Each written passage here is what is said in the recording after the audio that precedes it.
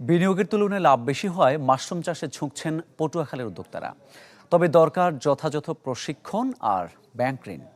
আর জেলার প্রাণী সম্পদ অধিদপ্তরের কর্মকর্তা জানান অব্যাহত আছে সহযোগিতা। পটুয়াখালী থেকে এম কে রানা তথ্যচিত্রে ডেস্ক রিপোর্ট। এনজিওর চাকরি ছেড়ে মাশরুমের চাষ শুরু করেন অতিউর রহমান মিলন। শুরুর গল্পটা ছিল চ্যালেঞ্জের, কিন্তু 4 বছরের ব্যবধানে পাল্টাতে শুরু করে ভাগ্যের চাকা।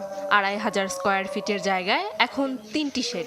বাজারজাত করছেন মাশরুমের আচার, স্যুপ পাউডার, টুথ পাউডার সহ নানান পণ্য। 4 লাখ টাকা বিনিয়োগে মাসে মুনাফা আসছে অন্তত 90,000 টাকা।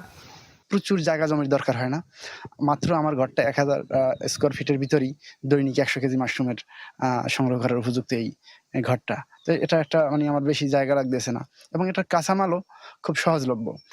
প্রযুক্তির সহযোগিতায় বছর জুড়ে চাষাবাদ হয় মাশরুমের। কাঠের গুঁড়া, গমের ভুসি, ধানের কুড়া ও খড় দিয়ে চাষাবাদও সহজ। মাত্র 5,000 টাকা বিনিয়োগে শুরু করা যায় চাষাবাদ। লাভও মেলে 60% পর্যন্ত।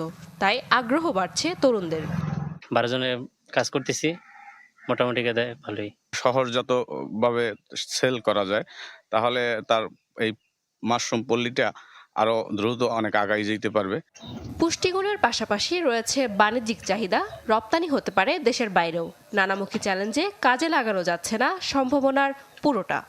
টোটাল প্যাকেজ অফ টেকনোলজি, যে এটা কিভাবে চাষাবাদ করব, কত ইজিলি কাজটা করা যায়, সেরকম একটা কৃষক বান্ধব প্রযুক্তি আমাদের উদ্ভাবন করা। যদি কেউ আরো নতুন করে কেউ মাশরুম চাষ করতে চায়, আমাদের চেম্বার অফ কমার্স পক্ষ থেকে সব ধরনের সহযোগিতা আমরা করতে প্রস্তুত আছি। যদিও চাষিদের প্রশিক্ষণ সহ সরকারি নানা উদ্যোগের কথা তুলে ধরেন এই কর্মকর্তা।